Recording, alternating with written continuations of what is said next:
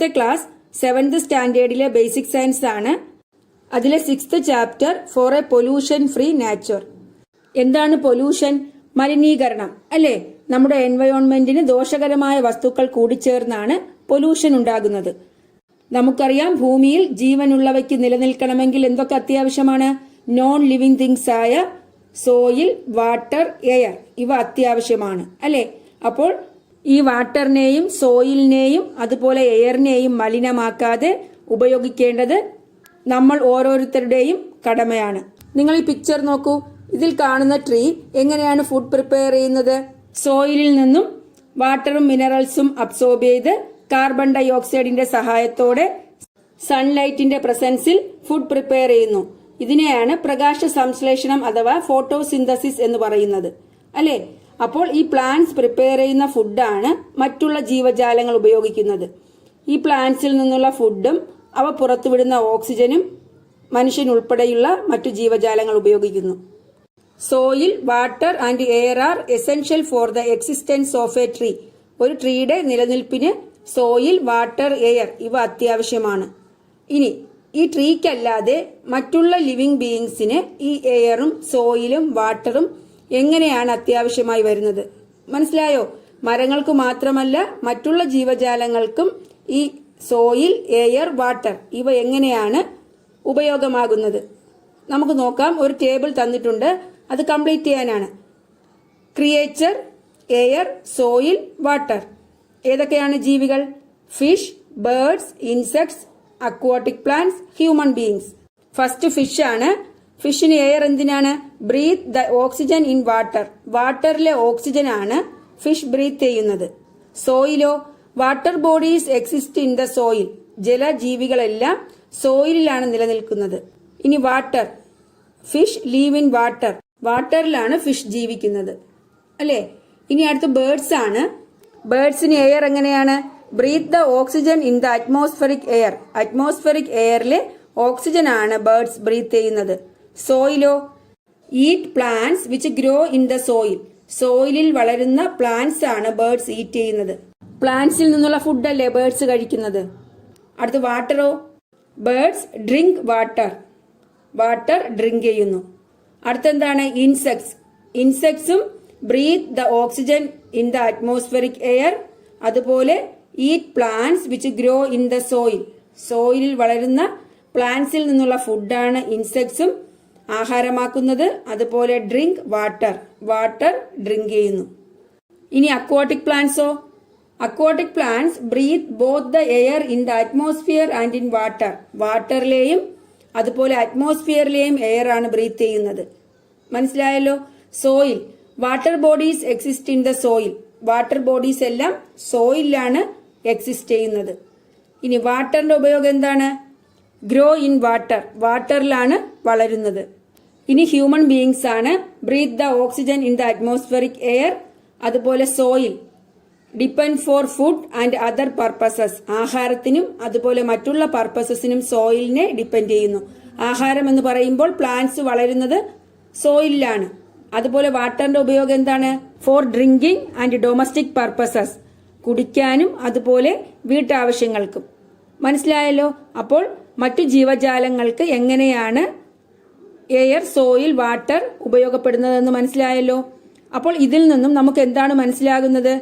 All living beings depend on factors like soil, air and water directly or indirectly. മനസ്സിലായോ? എല്ലാ living ബീയിങ്സും സോയിലിനെയും എയറിനെയും വാട്ടറിനെയും direct ആയിട്ടോ അല്ലെങ്കിൽ indirect ആയിട്ടോ depend ചെയ്യുന്നു. ഈ സോയിലിനെയും വാട്ടറിനെയും എയറിനെയും കുറിച്ചാണ് നമ്മൾ ഈ ചാപ്റ്ററിൽ വിശദമായി പഠിക്കുന്നത്. മനസ്സിലായോ? അപ്പോൾ ആദ്യം സോയിൽ ഒബ്സർവേഷൻ ആണ്. എല്ലായിടത്തുമുള്ള സോയിൽ ഒരുപോലെയാണോ? Is the soil around us the same everywhere? Collect samples of soil from different places and examine. Different പ്ലേസസിൽ നിന്നുള്ള സോയിൽ കളക്ട് ചെയ്തിട്ട് നമ്മൾ എക്സാമിൻ ചെയ്യാനാണ്. Which are these places? ഏതൊക്കെ പ്ലേസിൽ നിന്നുള്ള സോയിലാണ് കളക്ട് ചെയ്യേണ്ടത്? പാഡി ഫീൽഡ്, നെൽപ്പാടം, ഗാർഡൻ, പൂന്തോട്ടം. അതുപോലെ places from where soil has been removed for construction purposes. Construction പർപ്പസസിനു വേണ്ടി സോയിൽ റിമൂവ് ചെയ്ത സ്ഥലത്തുള്ള മണ്ണ്. മനസ്സിലായല്ലോ? What should be observed? എന്തൊക്കെയാണ് നമ്മൾ ഒബ്സർവ് ചെയ്യേണ്ടത്? ഓരോ സ്ഥലത്തെയും മണ്ണിന്റെ colour, size of grains of soil, ആ സോയിലിലെ കണികകളുടെ വലിപ്പം, അതുപോലെ അതർ പാർട്ടിക്കിൾസ്, വേറെ എന്തൊക്കെ പാർട്ടിക്കിൾസ് അടങ്ങിയിട്ടുണ്ട്, ഇത്രയും കാര്യമാണ് ഒബ്സർവ് ചെയ്യേണ്ടത്. അപ്പോൾ നമുക്ക് ഓരോ സോയിലിന്റെയും പ്രത്യേകതകൾ എഴുതാം. ഒന്നാമത്തേത് പാഡി ഫീൽഡ്, നെൽപ്പാടത്തെ സോയിൽ. എങ്ങനെയാണ്?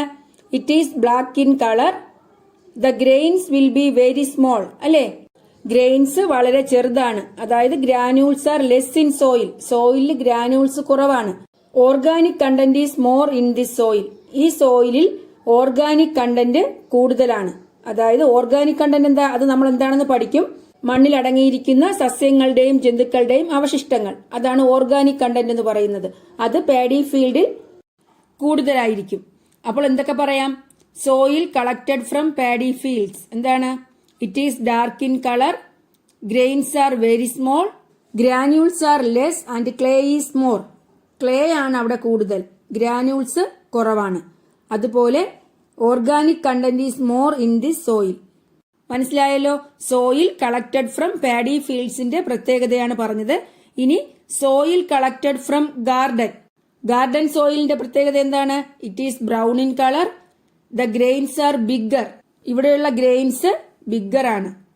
അതുപോലെ more sand and less clay, garden സോയിലിൽ കൂടുതലും സാൻഡ് ആണ്, ക്ലേ കുറച്ചേ ഉള്ളൂ. Organic matter is seen, organic matter കാണപ്പെടുന്നു.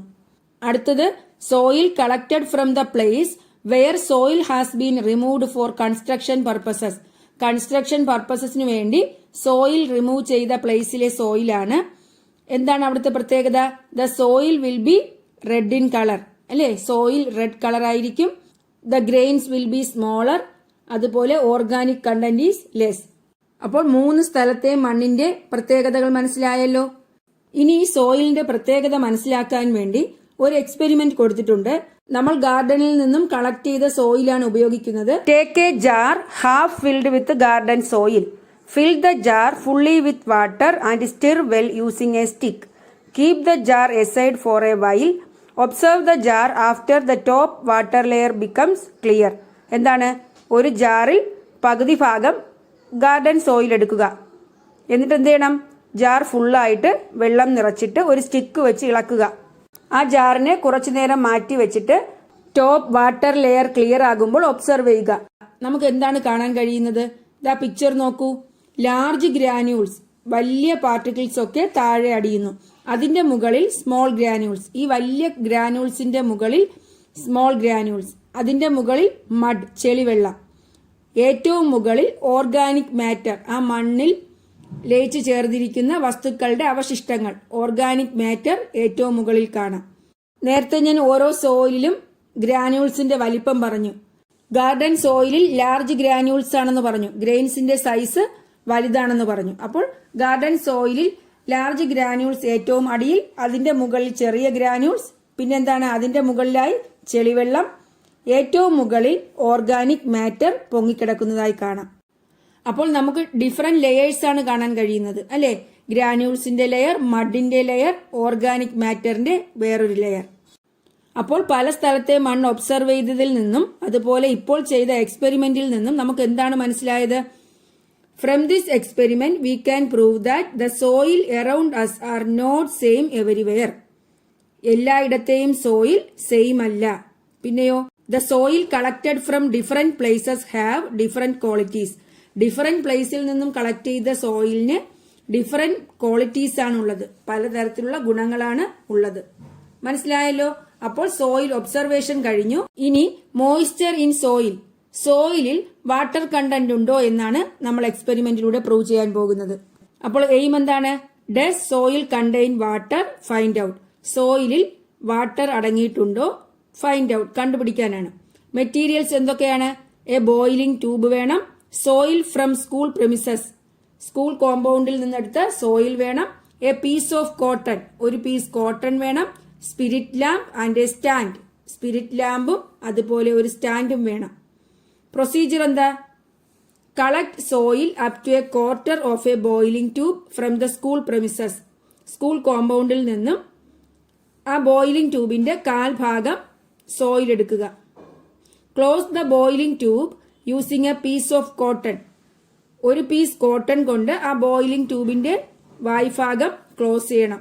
Heat it for some time using a spirit lamp. ഒരു സ്പിരിറ്റ് ലാമ്പ് ഉപയോഗിച്ച് ഈ ബോയിലിംഗ് ട്യൂബ് ഹീറ്റ് ചെയ്യുക.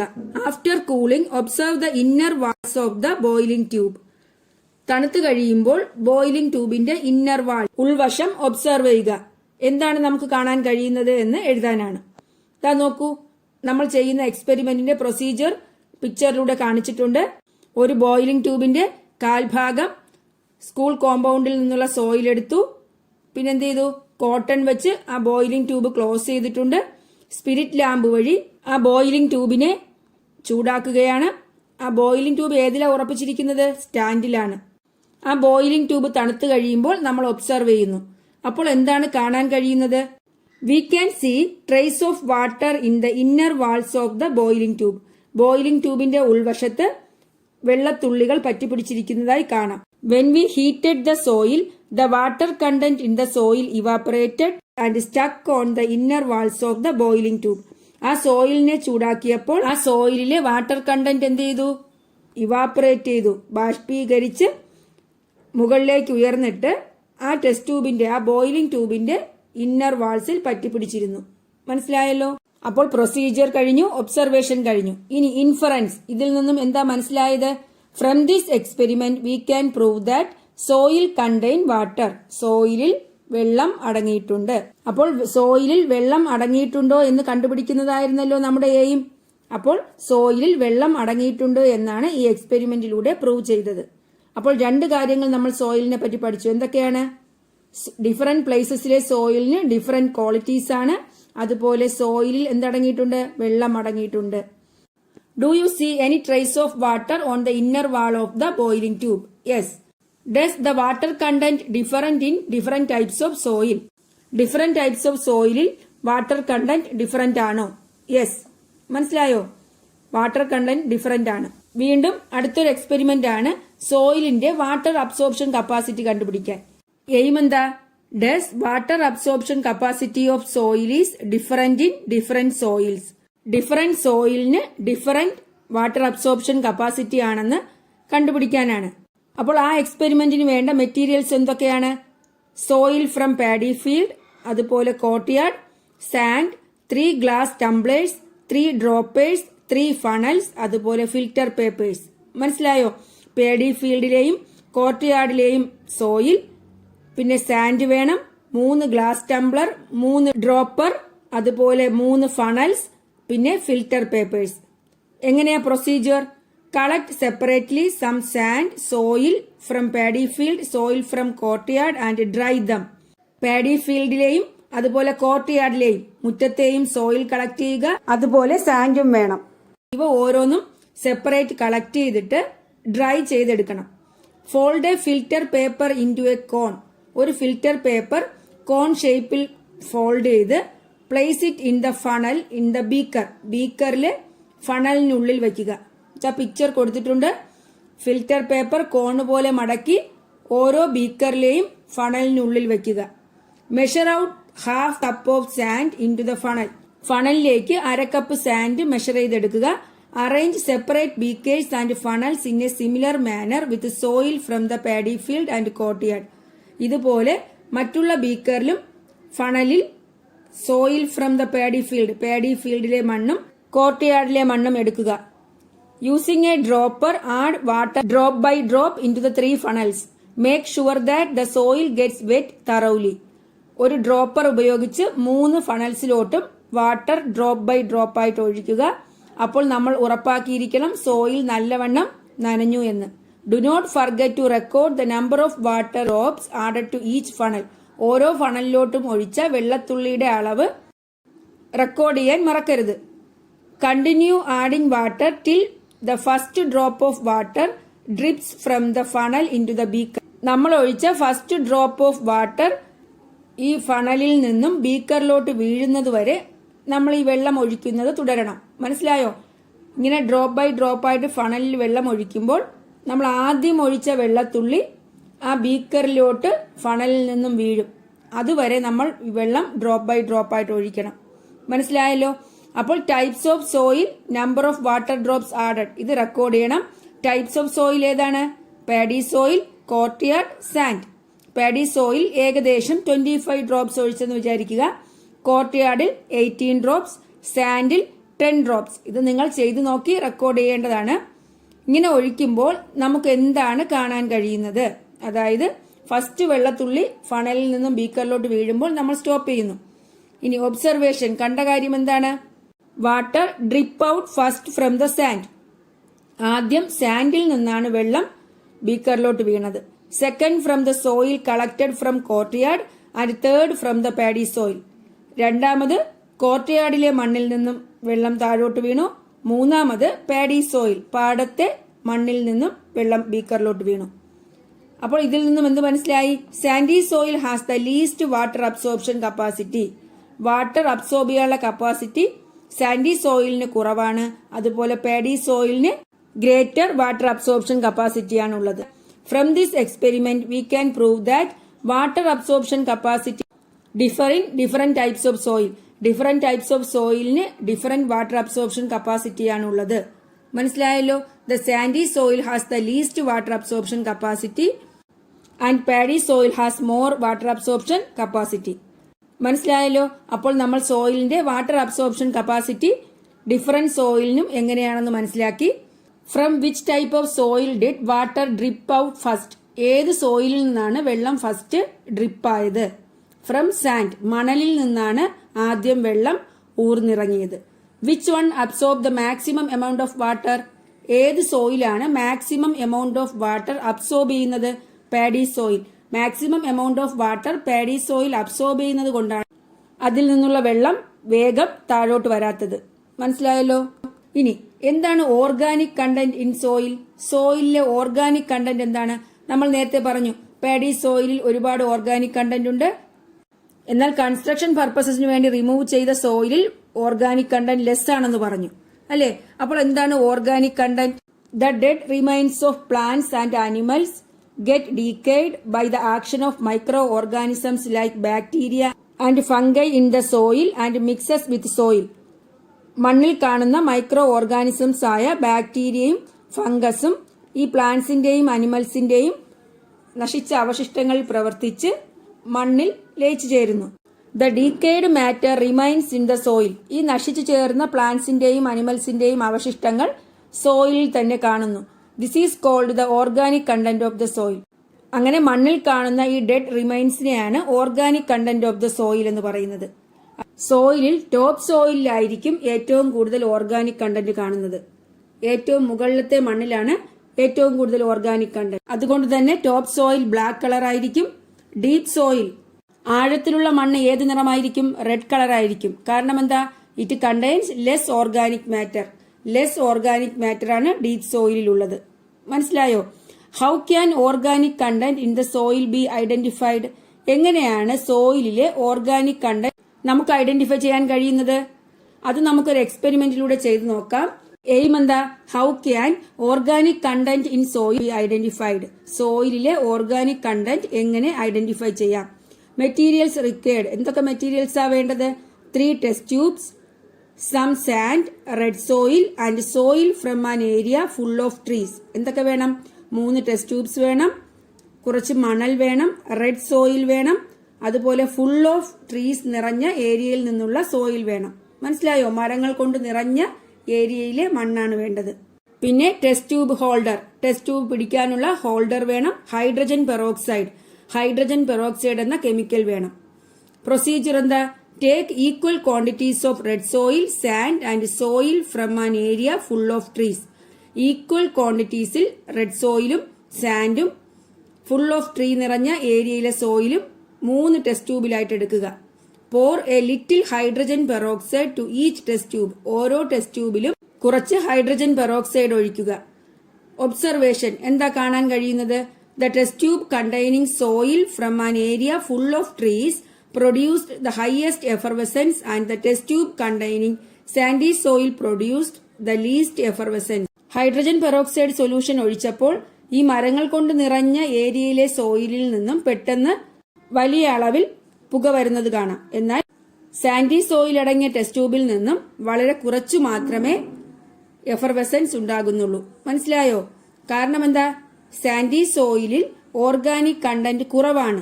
Sandy soil produced least effervescence due to its lower organic content. എന്നാൽ soil from an area full of trees contains more organic content and produced the highest effervescence. Tree കൊണ്ട് നിറഞ്ഞ ഏരിയയിലെ സോയിലിൽ കൂടുതൽ organic content ആണ് അടങ്ങിയിരിക്കുന്നത്. അതുകൊണ്ട് തന്നെ ഹയസ്റ്റ് എഫർവെസൻസ് ഉണ്ടായി. കാരണം മരങ്ങളിൽ നിന്നുള്ള ഇലകളൊക്കെ വീണ് അതിലെ ഓർഗാനിക് കണ്ടന്റ് കൂടുതലായിരിക്കും. അപ്പോൾ ഓർഗാനിക് കണ്ടന്റ് കൂടുതലാണെങ്കിൽ ഹൈഡ്രജൻ പെറോക്സൈഡ് എന്ത് ചെയ്യും? അതിൽ പ്രവർത്തിച്ച് അത് ഡിസോസിയേറ്റ് ചെയ്ത് ഡീകമ്പോസ് ചെയ്ത് ഓക്സിജൻ റിലീസ് ചെയ്യും. ഈ ഓക്സിജൻ പുറത്തു വരുന്നത് കൊണ്ടാണ് അതിൽ നിന്നും പുക പോലെ ഉയരുന്നത്. മനസ്സിലായല്ലോ? The effervescence is due to the oxygen that evolves during the dissociation of hydrogen peroxide. അതിലെ ഹൈഡ്രജൻ പെറോക്സൈഡിൽ നിന്നും ഓക്സിജൻ പുറത്തു വരുന്നു. എങ്ങനെയാണ്? ഡീകമ്പോസ് ചെയ്തിട്ട്, വിഘടിച്ചിട്ട്. ഹൈഡ്രജൻ പെറോക്സൈഡ് വിഘടിച്ച് ഓക്സിജൻ പുറത്തു വരുന്നത് കൊണ്ടാണ് അതിൽ നിന്നും ഫോം ഉണ്ടാകുന്നത്. ഇൻഫറൻസ് എന്താ? ഇതിൽ നിന്നും മനസ്സിലായത് soil from an area full of trees contains more organic content and Sandy soil contains the least organic content. Full of trees ഉള്ള ഏരിയയിലെ സോയിലിൽ കൂടുതൽ ഓർഗാനിക് കണ്ടന്റും സാൻഡി സോയിലിൽ ലീസ്റ്റ് ഓർഗാനിക് കണ്ടന്റുമാണ് ഉള്ളത്. അപ്പോൾ ഈ എക്സ്പെരിമെന്റ് മനസ്സിലായല്ലോ? ഓർഗാനിക് കണ്ടന്റ് ഐഡന്റിഫൈ ചെയ്യാനുള്ള എക്സ്പെരിമെന്റ് ആണ്. ഇനി what will be the colour of the soil with high organic content? High organic content ഉള്ള സോയിലിന്റെ കളർ എന്താണ്? ബ്ലാക്ക് കളർ അല്ലെ? കറുത്ത നിറമായിരിക്കും. Which test tube produced the highest effervescence? ഏതിലാണ് ഹയസ്റ്റ് എഫർവെസൻസ് ഉണ്ടായത്? Test tube containing soil from an area full of trees. Which soil has the highest organic content? Why? Soil from an area full of trees has highest organic content. Why? എന്തുകൊണ്ടാണ്? The dead remains of plants are more in that area. ആ ഏരിയയിൽ പ്ലാന്റ്സിൽ നിന്നുള്ള dead remains കൂടുതലായിരിക്കും. That organic remains decomposed by the action of microorganisms like bacteria and fungi in the soil and mixes with the soil. അല്ലേ? സോയിലുമായിട്ട് mix ആകുന്നു.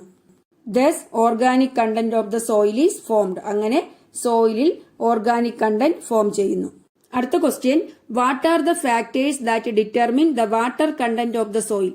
സോയിലിലെ water കണ്ടന്റിനെ determine ചെയ്യുന്ന factors ഏതൊക്കെയാണ്? ഏതൊക്കെ കാര്യങ്ങളാണ് സോയിലിലെ വാട്ടർ കണ്ടന്റ് തീരുമാനിക്കുന്നത്?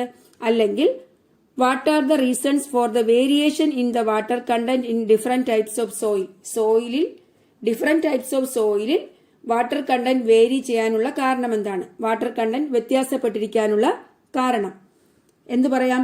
Availability of water, differences in the rate of evaporation, the capacity to retain water and differences in organic content are the reasons for the variation in the water content in different types of soil.